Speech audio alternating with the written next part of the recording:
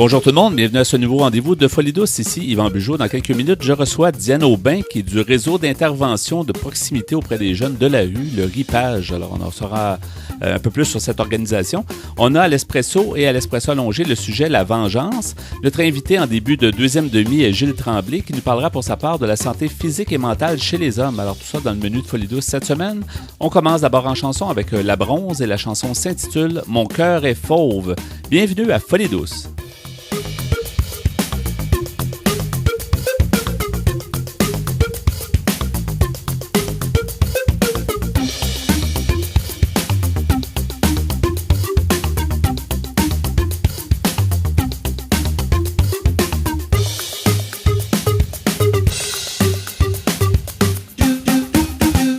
Après avoir fait des émissions de matin, de soir, de nuit, d'avoir vécu des pannes électriques, la crise du verglas de 1998, la naissance d'Internet, le tournant de l'an 2000 et d'être passé de la cassette au CD au numérique, Folie douce souligne cette année ses 25 ans d'existence. J'ai le plaisir de m'entretenir avec mon invité qui est Mme Diane Aubin. Bonjour, Mme Aubin. Bonjour, merci.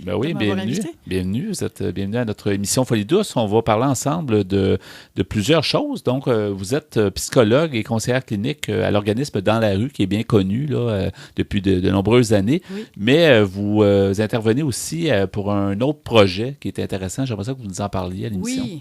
Alors, Dans la rue est impliqué avec d'autres organismes partenaires, dont je vais vous en parler un petit peu plus tout à l'heure, dans un grand projet de recherche pan-canadien qui s'appelle Access Esprit ouvert, que vous pouvez d'ailleurs trouver sur Internet. Oui.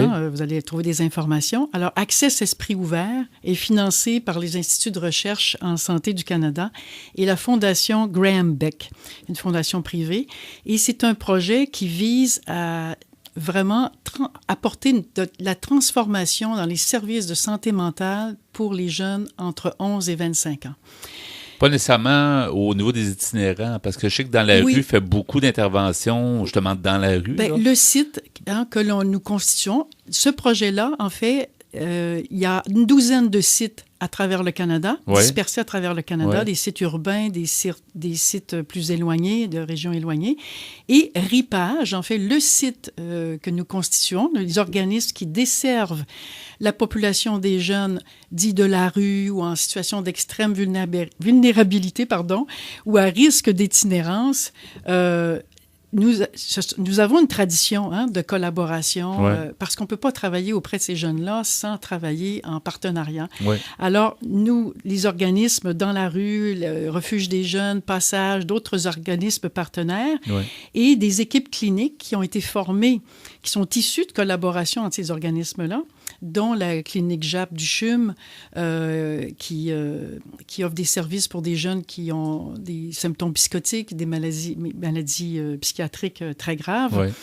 Nous avons formé un réseau qui s'appelle le RIPAGE, Réseau d'intervention de proximité auprès des jeunes. Alors, ce réseau-là fait partie de la douzaine des sites pan-canadiens.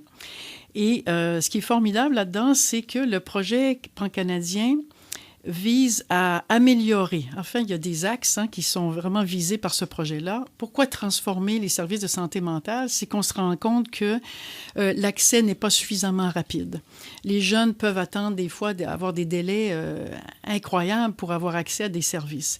La continuité des soins. On vise la continuité des soins entre le 18 ans, vous savez, la barrière. Oui, la fameuse barrière limite de 18 où on tombe dans un entre-deux. Là. Absolument. Tout à coup, on devient adulte, on n'a plus accès aux services adolescents. Alors, on veut qu'il y ait une fluidité des services. C'est une aberration, ça. Tout le monde le dénote depuis des années. Absolument. C'est vraiment aberrant. Alors, ça vise à qu'il y ait une continuité des soins au-delà du 18 ans.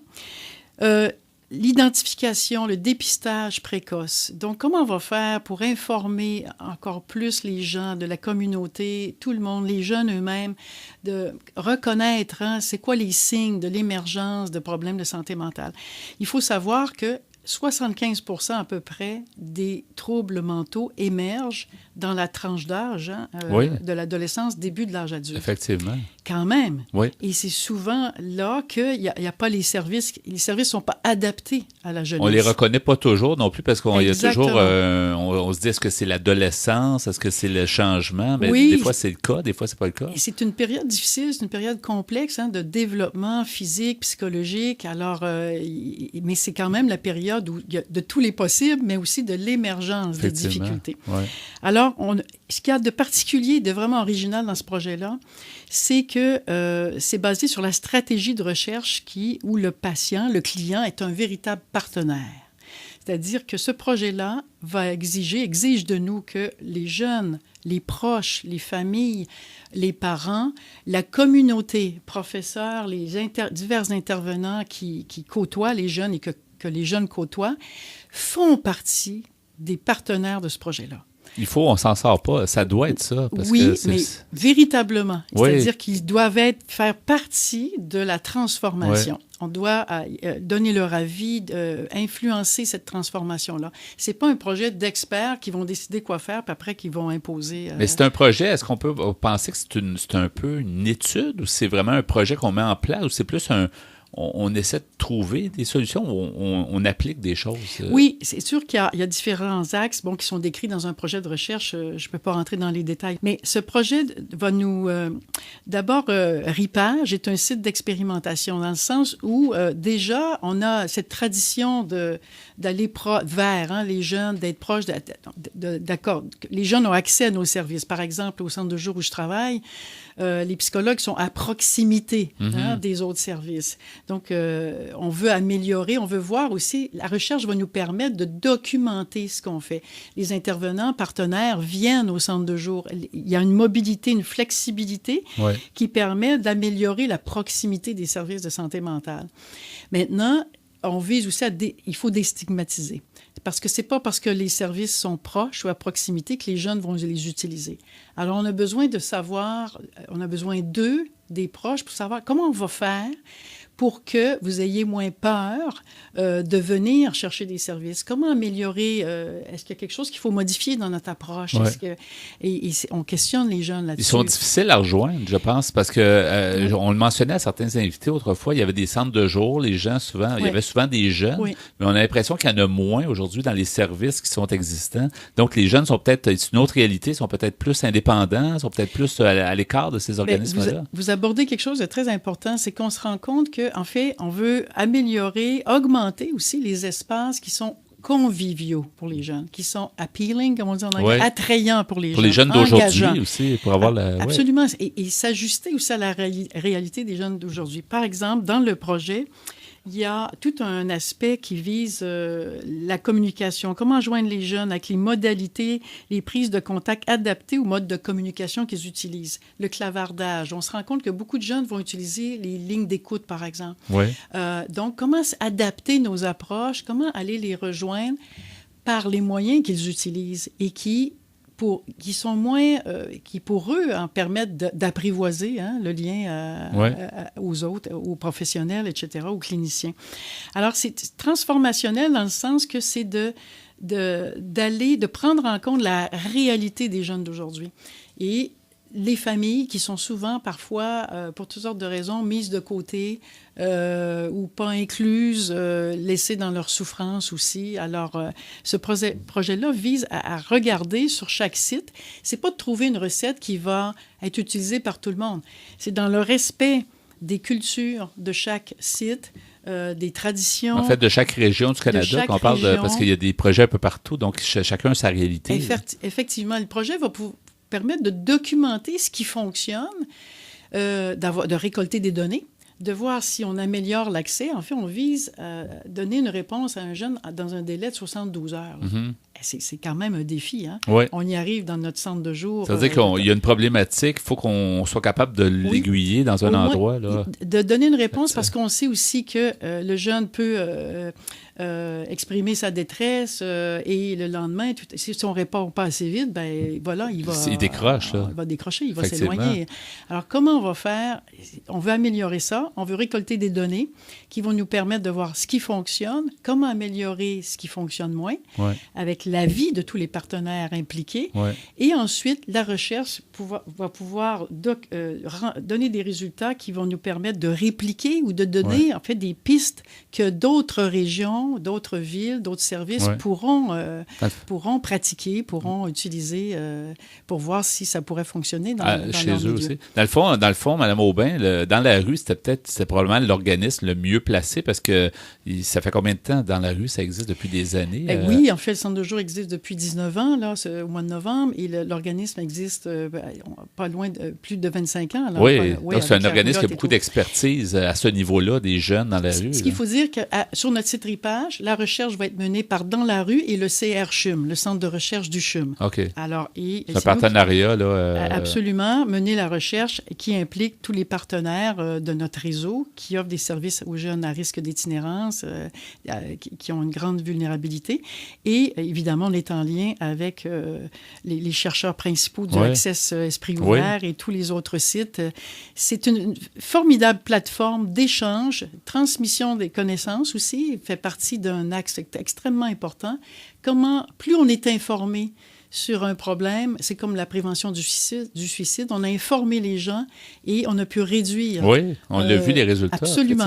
Plus on est informé, plus on est à même de détecter, de voir mieux des connaître, signaux. puis agir aux bons endroits. Absolument. Et tout ça, Ce qu'on ne se connaît pas fait peur. Mais quand on connaît, on peut aller vers. Ça a commencé quand, ce projet d'Access Esprit Ouvert? Bien, écoutez, ça fait quand même depuis juin 2012, il y a toute l'instauration, la mise sur pied un concours. Écoutez, je ne rentre pas dans les détails. Vous pouvez aller voir d'ailleurs sur Internet, initiative TRAM, T-R-A-M, Access Santé Jeune. Vous allez trouver tout l'historique de ce projet-là, de cette initiative-là qu'a mis sur pied l'Institut de recherche en santé Canada et la Fondation Graham Beck. Vous allez trouver tous les détails. C'est fascinant de voir l'évolution de ce projet-là, la mise sur pied qui était extrêmement complexe et nous sommes très, très, très heureux vraiment de faire partie de ce projet-là parce que ça peut être déterminant pour l'avenir des jeunes. C'est bien que l'argent a été mis sur plusieurs années. C'est un gros projet avec des grandes ambitions. Oui. C'est bien parce qu'on parle souvent qu'il n'y a pas d'argent. Alors ça, je trouve que c'est une très bonne nouvelle. Absolument. Et je voudrais dire que vraiment, il faut retenir ceci, c'est que toutes les expertises, les parents, les proches, la communauté, les jeunes ont une expertise. C'est leur vécu expérientiel.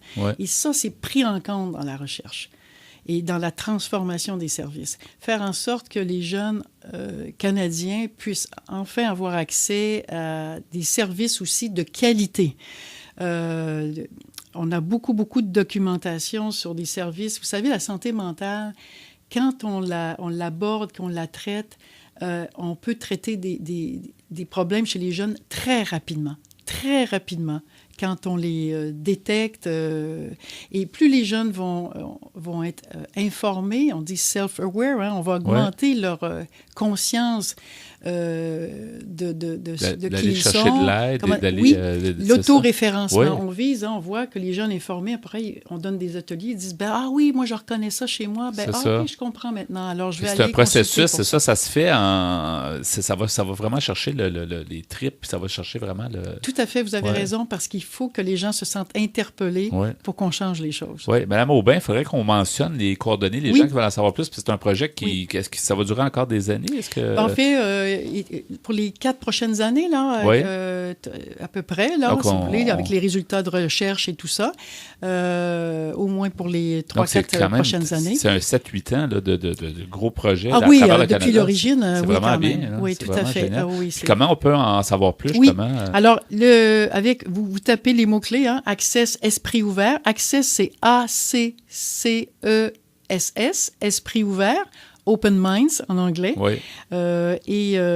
Autant par le site de Dans la rue, on site peut de aussi Dans la avoir rue, un absolument. lien vers votre travail. Absolument. Le Douglas aussi, le site du Douglas, puisque le bureau central d'accès se situe à vraiment un partenariat. C'est vraiment intéressant. C'est vraiment de bonnes nouvelles, je trouve. Ça peut juste être bénéfique pour le futur. Là. Absolument, absolument. Et aussi, je suis comme représentante principale de RIPAGE. Vous pouvez me joindre par le numéro principal de Dans la rue. Qui est au 514-526-7677. Oui, au poste 239. Diane Aubin. Absolument, et ça me fera plaisir. Merci beaucoup, c'était fort intéressant. Je vous remercie beaucoup de m'avoir invité. De poursuivre sur cette lancée, puis c'est des bonnes nouvelles. Merci beaucoup d'avoir été des nôtres. Merci beaucoup de m'avoir invité. Bonne journée. Merci pour tout le monde. Oui, au revoir. Au revoir.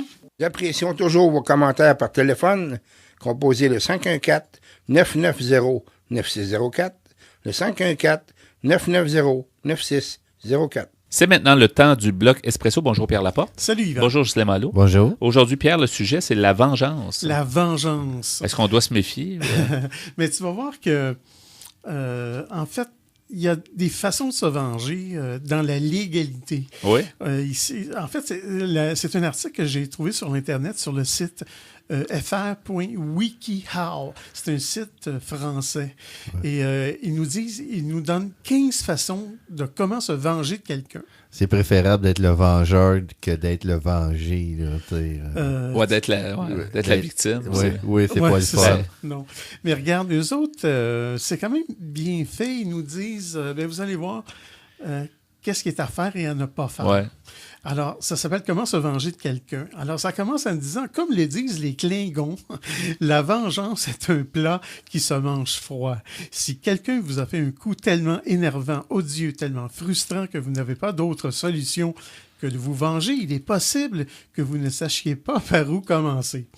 Beaucoup d'options sournoises se présentent à vous. La vengeance passive, la vengeance active et la vengeance sale, purement et simplement. Mais comment choisir?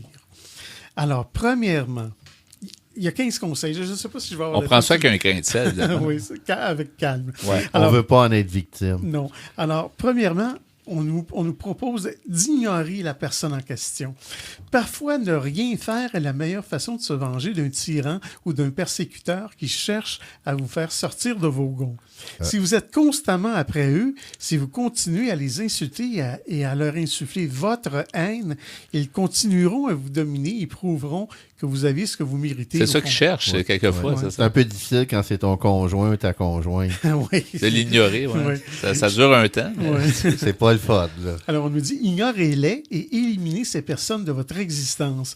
Elles sont mortes pour vous. C'est terminé et vous pouvez les oublier. On nous dit être ignoré est tout aussi frustrant, sinon plus, que d'être abusé par quelqu'un. Deuxième façon, continuez à vivre votre vie. Bien vivre est la meilleure des revanches. Agissez comme si ce qui s'était passé ne vous avait pas atteint personnellement. Même si c'est le cas, poursuivez votre existence comme vous l'avez toujours fait. Il y a une petite nuance dans l'article. On dirait que c'est des gens qui ont été intimidés plus qu'ils ont eu Oui, on a l'impression que c'est dans le monde du travail souvent, mais ça peut être très général. On nous dit « Maintenez la tête haute et ne laissez pas entrevoir de quelle manière cela vous a affecté. La plus douce vengeance peut être celle de continuer à vivre comme si de rien n'était. » Troisième façon, bloquer la personne sur les réseaux sociaux. Si quelqu'un vous tyrannise sur Facebook ou vous bombarde constamment de tweets et de photos Instagram énervantes, ne les laissez pas rester dans votre vie. Éliminez-les de votre liste d'amis, ne les suivez plus et bloquez-les. Ne laissez pas de stupides petites irritations devenir une source importante de conflits. Vous oublierez vite leur énervante fausse modestie et les étalages de photos d'eux avec votre ex, par exemple. Oui, mais ça, c'est plus des trolls, ça, des gens qui t'intimident constamment. Faire le ménage, c'est toujours bon, des fois. Ouais. Ça libère. Quatrième conseil, n'aidez pas cette personne lorsqu'elle en a besoin. Cela vaut particulièrement à votre travail ou dans n'importe quelle situation dans laquelle vous êtes constamment critiqué parce que vous essayez honnêtement d'aider les autres ou tout simplement de faire votre travail. Laissez cette personne travailler pour son compte, sans vous, afin qu'elle se rende compte de ce que c'est que de travailler sans vos compétences. Elle comprendra le message. Ça veut dire que s'il déménage un frigidaire, tu le laisses tomber en plein milieu des escaliers. Ça peut être un exemple. Ça peut faire mal aux pieds. Cinquièmement, si la situation le justifie, ayez recours aux voies légales. Laissez faire les autorités si vous avez été tourmenté émotionnellement ou physiquement. Rappelez-vous et établissez une liste chronologique de toutes les choses qui se sont produites et discutez de la possibilité de porter plainte. Restez toujours dans la légalité. Ne vous ambitionnez pas une vraie vengeance sur quelqu'un. Ne dépassez jamais les bornes. Oui, c'est vrai ça, parce qu'il y a souvent des gens oublient qu'on a des recours légalement. Oui. C'est pas normal qu'une personne se sente persécutée, donc il y a quelque chose à faire de ce sens-là. Oui, mais peut-être que des fois, c'est des petites choses qui s'additionnent et qui ne seraient pas recevables en cours. Mais il faut quand même s'informer parce que ça peut être possible. Sixièmement, montrez-vous à cette personne. Maintenant qu'ils ont ouvert les écluses pour vous blesser, parlez ouvertement autour d'eux. Utilisez votre esprit incisif pour faire passer certains commentaires à propos de l'attitude de cette personne ou son manque de courage. Insultez-les en face. Et septièmement, soyez meilleur qu'eux. Lorsqu'un demi-défensif a fait un coup bas au quarterback ou au quart arrière, en bon français, Tom Brady, à la fin du 4e quart, alors que les Patriots avaient épuisé leur temps, Brady s'est levé calmement, s'est dirigé vers le joueur. On ne dit pas l'année du match, mais il s'est dirigé vers le joueur, a pointé du doigt le panneau d'affichage de score et n'a rien dit. Les Patriots ont gagné. Vengeance réussie. Les petites vengeances ont beaucoup moins d'importance que de réussir votre vie dans son entièreté. Et réussissez votre vie et vous aurez votre vengeance. Alors, je vais continuer. Oui, dans le prochain bloc, effectivement, sur la vengeance. En fait, c'est un peu des conseils en même temps. C'est une façon de parler, mais en même temps, c'est de se protéger aussi des gens qui seraient victimes. De se protéger, de ne pas tomber dans le panneau, de tomber dans l'illégalité, parce qu'on va avoir plus de problèmes. Oui, exactement. Merci Pierre, merci Ghislain. On poursuivra ça donc à l'Espresso allongé. La vengeance de demeurer des nôtres à Folie Douce. De retour au micro à Folie Douce, qui vous renseigne sur les difficultés émotionnelles. J'accueille maintenant mon invité, qui est M. Gilles Tremblay, qui est professeur à l'Université Laval. Bonjour, M. Tremblay, bienvenue à Folie Douce. Oui, bonjour. Bonjour, on va parler ensemble, en fait, de la santé mentale chez les hommes. La santé mentale, bien sûr, ça touche tout le monde. Ça touche aussi, bien sûr, les hommes, toutes les personnes dans la société. Mais c'est un tabou. On parle souvent moins de la santé mentale chez les hommes, ou même les hommes, souvent, ont peut-être tendance à moins en parler et moins consulter. Donc, j'aimerais ça faire un peu le tour de la question, puisque vous avez étudié, justement, le propos. Alors, qu'est-ce qu'on peut dire pour débuter, justement, cet entretien sur la santé mentale chez les hommes? De manière générale, je dirais que c'est un problème qui est un peu invisible. Hein, parce que Macaladis, qui avait écrit des choses très intéressantes là-dessus, sur l'homme invisible, comme les hommes consultent moins des problèmes de santé mentale, comme on les détecte beaucoup plus tardivement. Donc, c'est comme une situation qu'elle on ne peut nommer, qu'on ne peut développer d'expertise en général, de cette sorte qu'il y a beaucoup de situations qui passent sous le radar fondamentalement. On a juste à voir, notamment dans la question de la dépression, par exemple, qui est une situation peut-être plus évidente, où on a toujours statistiquement, théoriquement, 2 fois plus de femmes que d'hommes qui sont atteintes de dépression. Mais quand on regarde qui se suicide, on a 4 fois plus d'hommes que de femmes qui se suicident. Et on sait que la majorité des situations de suicide, il y avait une situation de dépression qui était derrière. Donc, il y a comme une espèce de difficulté de reconnaître, de nommer, de la part des hommes, mais aussi de la part des intervenants, de bien dépister la situation de la santé mentale des hommes. Est-ce que d'abord, pourquoi vous avoir intéressé à cette question de la santé mentale chez les hommes? En fait, moi, je m'intéresse à la réalité des hommes de manière générale, non seulement à la santé mentale, mais à leur santé physique, à leur bien-être et tout ça depuis plusieurs années. Alors moi, je trouvais qu'il s'était développé des modèles intéressants, de réflexions intéressantes autour des femmes. Je pense que le mouvement féministe nous a amené des grandes avancées de ce côté-là. C'est fort intéressant, fort pertinent. Il faut continuer d'ailleurs.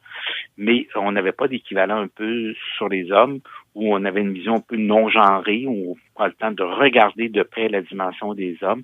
Et c'est comme ça que je me suis intéressé un peu à cette dimension-là depuis déjà plusieurs années. Et c'est une problématique qui concerne tout le monde. En fait, on parle de la santé mentale chez les hommes. Ça ne doit pas être seulement regardé par les hommes seulement. C'est ça qu'on a souvent tendance à faire en société. Les femmes vont s'occuper de problèmes de femmes, puis les hommes s'occuper de problèmes d'hommes, mais c'est des problèmes c'est nos problèmes. De société. Exactement. C'est des problèmes de société, en fait.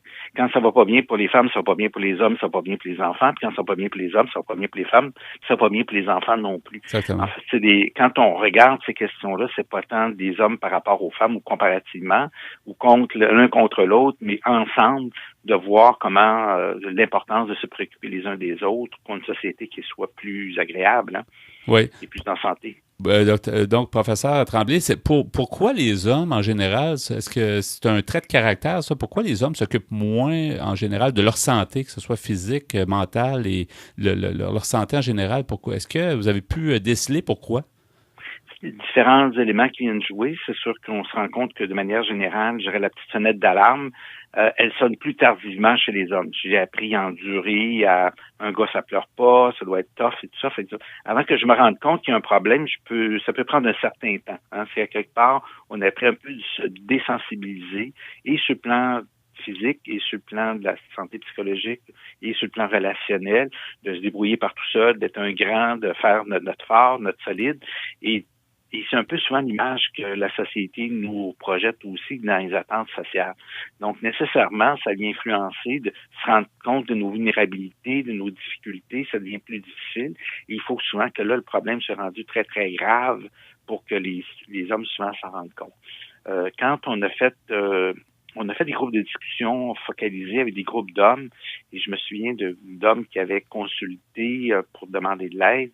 Et sur une douzaine d'hommes qu'on a rencontrés dans un peu de temps, à un moment donné, 11 sur les 12 l'avaient fait juste à la veille d'attenter à leur vie. Donc, vraiment à l'extrême limite. Alors, cette attitude-là, je dirais peut-être plus souvent préventive chez les femmes que chez les hommes, où les hommes attendent plus à la dernière minute et souvent dans des situations qui ont perduré depuis un certain temps, qui deviennent souvent plus difficiles encore. Est-ce que aussi le modèle d'intervention, le modèle d'approche quand on veut justement tenter de régler des problématiques masculines, est-ce qu'il pourrait être différent? Est-ce qu'on peut presque l'inventer? Parce qu'on est un peu habitué à, disons, l'historique des femmes. Ça fait quand même longtemps que les femmes se prennent en main, sont capables de discuter entre elles. Il y a une approche qui est peut-être... il y a un modèle qui a comme été établi, mais du côté des hommes, ça semble être nouveau, ça semble être à faire finalement. Tout à fait. En fait, c'est que souvent les modèles d'intervention qu'on a développés sont beaucoup développés en fonction de la clientèle qu'on avait majoritairement dans nos bureaux, soit des clientèles de femmes ou d'hommes un peu plus sociables, un peu plus artistiques, qui s'expriment relativement bien, qui expriment bien leurs émotions, ce qui fait que fondamentalement, on se retrouve avec des modèles qui sont beaucoup axés sur la ventilation, l'expression des émotions, des modèles qui fonctionnent peut-être un petit peu moins bien que des hommes un peu plus traditionnels, pour qui on dit « mais comment tu te sens? » Oh, je sais pas, parce que j'ai appris à ravaler toute ma vie. Alors, nécessairement, j'ai appris toute ma vie à ravaler, à ne pas exprimer mes émotions. Donc, les identifier, ça peut être très difficile et encore plus les verbaliser. Alors, nécessairement, il faut développer d'autres modalités de fonctionnement. Mais ça ne veut pas dire que les gars ne vivent pas d'émotions. Ça ne veut pas dire qu'ils ne vivent pas des sentiments comme les femmes. Hein, tout à fait. Mais sauf qu'il faut trouver d'autres modèles pour les rejoindre. Alors, si on lui dit, par exemple, qu'est-ce qui s'est passé? Raconte-moi. Là, il va se mettre à nous raconter des affaires en détail. Et là, ah oui, comment tu t'es senti à ce moment-là? Là, il est capable de nous le dire, parce qu'on le remet dans le contexte. Mm-hmm.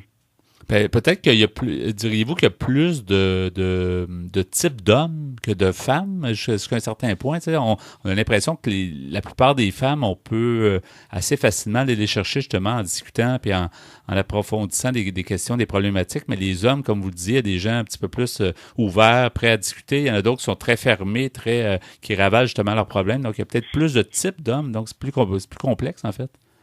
Je ne dirais pas que c'est plus complexe qu'avec les femmes parce qu'il y a plusieurs types de femmes aussi. Il n'y a pas une seule type de femme, il y en a plusieurs.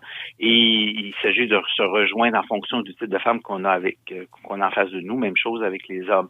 Sauf qu'on sait de manière générale, le type de socialisation qu'on a fait en sorte qu'un certain nombre d'hommes risquent d'être plus fermés, d'avoir plus de difficultés d'exprimer ce qu'ils vivent, ce qu'ils ressentent, contrairement aux femmes que la socialisation favorise facilement. Mettez un groupe de femmes ensemble, facilement, vont se raconter leur vie intime, ce qui est moins le cas dans un groupe d'hommes, par exemple. Alors, il faut donc développer d'autres mécanismes pour favoriser cette expression-là et d'aller chercher un peu leur réalité, leur vécu, où en sont dans leur santé mentale, par exemple. Oui. M. Tremblay, en faisant justement ces groupes de discussion, en faisant l'étude des hommes, du côté masculin, en fait, avez-vous appris des choses? Est-ce qu'il y a des choses qui vous ont un peu renversé, que vous attendiez pas? Je sais pas des affaires qui nous ont, parce qu'à très force de travailler, on voit venir un petit peu les choses, là, mais je dirais il y a quand même des leçons importantes. On sait que dans l'intervention, par exemple, ce qui nous a beaucoup frappé dans la dernière étude, que c'est particulièrement important le type de relation qu'on va avoir. Si on a un rapport très hiérarchique, par exemple, d'un intervenant qui vient parler de haut de son expertise à l'homme en bas, ça fait une relation verticale qui devient plus difficile. Si on est plus un rapport horizontal, où on dialogue ensemble, où moi je suis l'expert peut-être d'un processus, mais lui est l'expert de sa vie, où on échange nos expertises, c'est beaucoup plus facile. Ça fonctionne beaucoup mieux avec les hommes, par exemple. Alors, il y a différentes choses comme ça qu'on se rend compte, qu'on peut développer, qui sont particulièrement importants. Comme un autre exemple, il faut pas juste attendre qu'un gars vienne demander de l'aide. Il faut des fois être plus attentif à ce qui se passe, les changements d'humeur des derniers temps, et souvent aller au-devant de lui, lui offrir de l'aide ou d'offrir de la compagnie pour aller chercher de l'aide éventuellement. Il faut pas juste rester donc à attendre à la méthode un peu bancale, traditionnelle. Il faut, par exemple, qu'un médecin pose un peu plus de questions. S'il attend juste les questions que l'homme va poser, comme il ne sait pas quelles questions il poser, il posera pas nécessairement. Souvent, on fait comme remarque, vous savez, si on regarde juste les revues populaires, les revues les plus populaires au Québec chez les femmes, c'est beaucoup Châtelaine, Le Québec et tout ça, qui sont des revues en même temps où on donne plein d'informations sur tout ça. Vous vivez une période plus difficile, vous avez les bleus, quoi faire, qui consulter, on vous donne des sites Internet, on vous donne des lectures à faire, des références de ressources, éventuellement des autotests pour s'auto-évaluer. Si on regarde les revues pour hommes, que les hommes lisent le plus souvent, Loisirs, chasse et pêche ou autres du genre, on n'a pas nécessairement ce même genre de situation. En fait, nécessairement, les hommes sont ont moins de connaissances de base par rapport à ce que généralement les femmes vont avoir par la psychologie populaire, par exemple, qui leur donne des atouts intéressants qui permettent d'arriver, par exemple, devant un médecin, de poser un certain nombre de questions, et alors que le gars ne sait pas souvent quelles questions poser. Alors déjà ça veut dire que pour les intervenants, il faut donc aller devant, être préoccupé des questions possibles pour éventuellement susciter ces questions. Ça serait une bonne idée, en fait, pour les éditeurs ou les gens qui s'adressent aux hommes par leur magazine ou par leur publication, peut-être d'inclure une petite partie, justement, qui va chercher l'homme puis qui va lui donner de l'information, amorcer cette espèce d'information-là que les hommes ont peut-être moins tendance à avoir dans les publications, comme vous disiez, là. Tout à fait. C'était le cas, par exemple, de l'actualité qui, il y a quelques années, avait mis une petite partie là sur la santé des hommes, dans laquelle il comparait un peu une automobile, comment on doit s'occuper de son automobile pour pouvoir avoir des références qui sont des fois plus faciles que d'en parler de façon plus théorique, dans un comparatif. Alors, ça veut dire, ça, c'est un genre de préoccupation qui a amené un certain nombre d'hommes probablement à consulter. Il y a d'excellents sites qui commencent à être mis sur pied. Le CPS de Québec, par exemple, a mis sur pied un site qui s'appelle allume.org, alors qui nous donne déjà plein d'informations, toutes sortes, qui aident aux gars de se sensibiliser, d'apprendre plein d'informations et du même coup de s'auto-évaluer pour, au besoin, aller consulter. Oui. Est-ce qu'on peut dire, donc, M. Tremblay, que les hommes se portent mieux qu'avant? Est-ce qu'on peut dire actuellement que c'est quand même, on est sur la bonne voie? Je dirais la situation s'améliore. Hein, on a quand même des acquis intéressants. Pour ne juste savoir, un bon indice, c'est l'espérance de vie. On voit que l'espérance de vie chez les hommes s'est nettement améliorée au cours des dernières années. L'écart entre les hommes et les femmes diminue. On est rendu à 3,9 années de différence entre les hommes et les femmes, ce qui est un des écarts les plus étroits dans les pays industrialisés. Donc, c'est très intéressant dans ce sens-là. Ça veut dire qu'on fait des progrès. Ça ne veut pas dire qu'il ne nous reste pas plein de marches à monter, mais au moins on fait des progrès, on va dans le même sens. On a quand même un tiers de moins de suicides par rapport aux 10 dernières années. Si on se compare aux chiffres de 1999 qui en avait été un sommet, alors depuis 1999, on diminue régulièrement, ce qui est bon signe. Là. Ça veut dire que de faire des campagnes, demander de l'aide, c'est fort, de se préoccuper, nos hommes, d'apprendre d'avoir des messages pour eux, d'avoir des informations de plus en plus qui circulent. Ça marque des points et il faut continuer dans ce sens. Oui. Avant de terminer, M. Tremblay, donc, est-ce qu'il y a un endroit où on peut peut-être prendre connaissance de différentes informations, que ce soit vos propres travaux ou autre chose sur la condition des hommes? Je vous dirais probablement une des bonnes références, c'est le site de l'équipe Masculinité et Société. Donc, si on tape dans Google Masculinité au pluriel et Société, on arrive nécessairement sur le site de cette équipe de recherche-là avec plein de liens avec d'autres sites Internet ou autrement, si on recherche ressources pour hommes, on va arriver aussi sur des groupes qui existent ou des ressources dans différentes régions du Québec. Alors, ça peut être une façon de faire. Et sur le site du ministère de la Santé et des Services sociaux, ils ont maintenant un bottin des ressources pour hommes au Québec. Excellent. Merci beaucoup, M. Gilles Tremblay, professeur à l'Université de Laval, d'avoir échangé justement avec nous sur la santé générale et la santé mentale chez les hommes. C'est fort intéressant. Merci beaucoup de votre visite à Folie-Douce. Merci beaucoup. Merci. Vous voulez mieux nous connaître et communiquer avec nous? Visitez notre site Internet au www.antenne.qc.ca. antenne.qc.ca. Nous poursuivons au micro avec l'Espresso allongé et le sujet entamé plus tôt, la vengeance, Pierre. Exactement. Oui. Alors, tout d'abord, je vais commencer par citer le grand philosophe grec Aristote. Il avait dit à propos de la vengeance, « Tout mouvement de colère est suivi d'un plaisir dû à l'espoir de se venger. Il est en effet agréable de penser qu'on obtiendra ce qu'on désire. Un certain plaisir suit la colère, aussi parce qu'on vit mentalement sa vengeance. Il se fait alors une représentation qui cause du plaisir, tout comme celle des songes. » Oui. C'est aussi le fun de gagner quand tu t'es revengé sur quelqu'un. Oui, c'est le fun. De se venger sur quelqu'un. Oui, c'est le fun, malheureusement. Ça peut provoquer un plaisir. Alors, je poursuis mon article des 15 façons de se venger. J'ai trouvé ça sur le site fr.wikihow. Il y a beaucoup de sagesse, finalement, dans ce qu'on a entendu, en tout cas, au début. Alors, une 8e façon de se venger serait saper leurs efforts. Mettez en place une situation dans laquelle la personne qui vous a blessé aura l'air maladroite, désorganisée ou non coordonnée. Ne laissez pas la cible s'apercevoir ce que vous voulez lui infliger. Restez le plus calme et subtil possible. Observez votre proie jusqu'à pouvoir cibler une faiblesse distincte ou un problème précis dans son existence.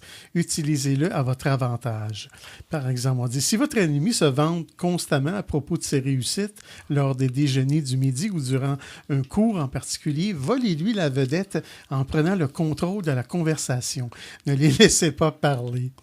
Ou si votre ennemi adore jouer la carte Gwyneth Paltrow et jouer les Saintes Nitouches, notez chacun de ses faux pas et de ses échecs et mettez-les subtilement en avant. C'est toujours le fun d'avoir une meilleure note que celui qui pense qu'il va toujours être le premier de classe. Là. Sûrement.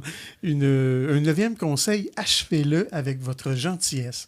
Une alternative pour saper les efforts de quelqu'un est d'être extrêmement disponible, serviable, prêt à mettre de côté le passé et de faire votre chemin dans sa vie en lui offrant des conseils, de l'aide et des solutions toujours et encore. Ça peut le déstabiliser, effectivement.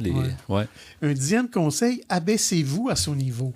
Ce n'est pas toujours la meilleure décision de s'abaisser à son niveau et de ne pas jouer selon les règles, mais parfois l'occasion est trop belle pour que l'on puisse l'ignorer. Quelle que soit la blague ou le complot que vous allez mettre en place, au pire, ça doit être seulement agaçant et vous ne devez jamais tomber dans l'illégalité. 11e conseil, envoyez des lettres, des appels ou des textos anonymes.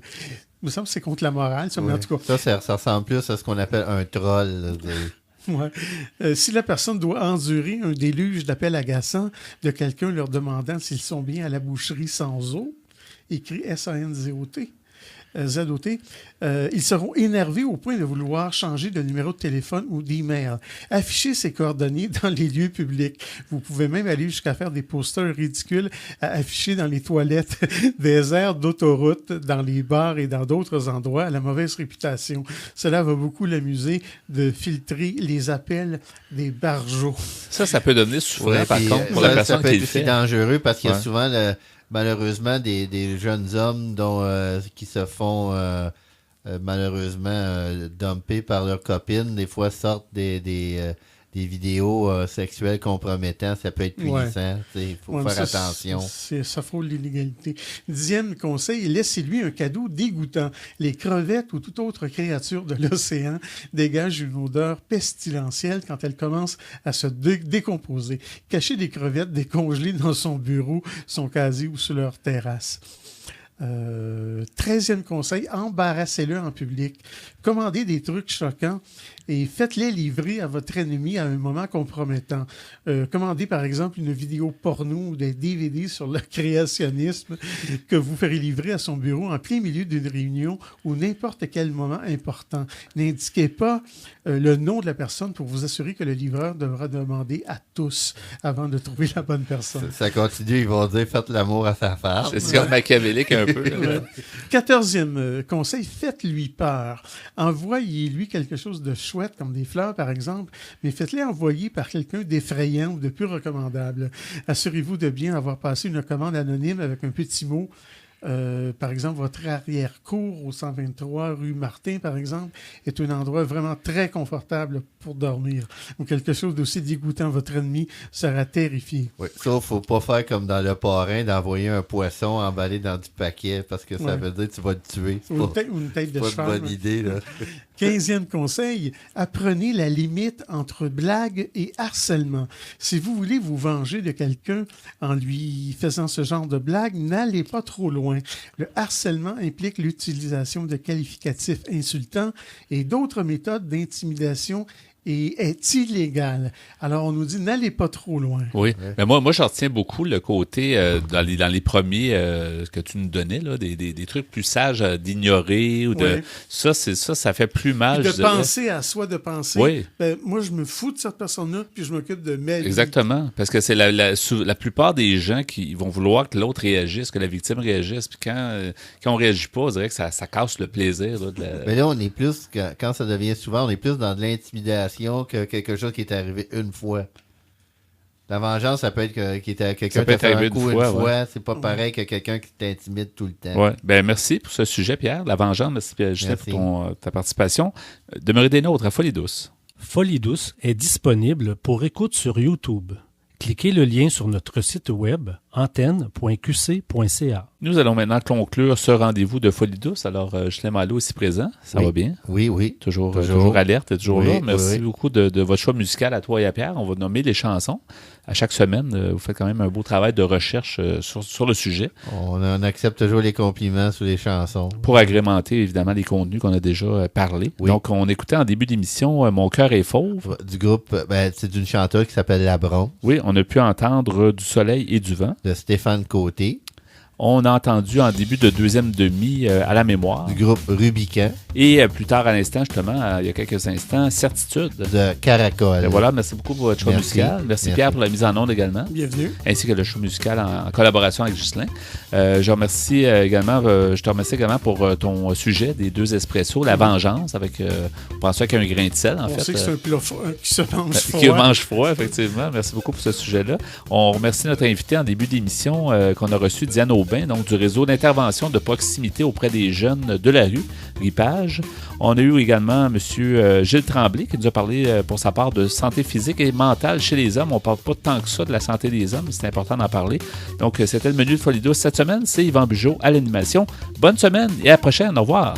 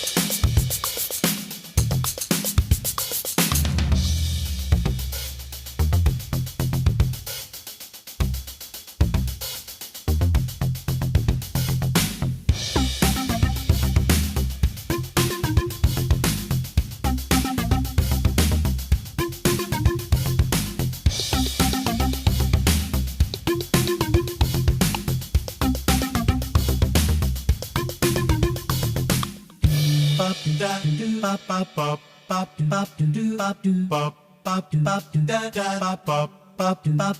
bop,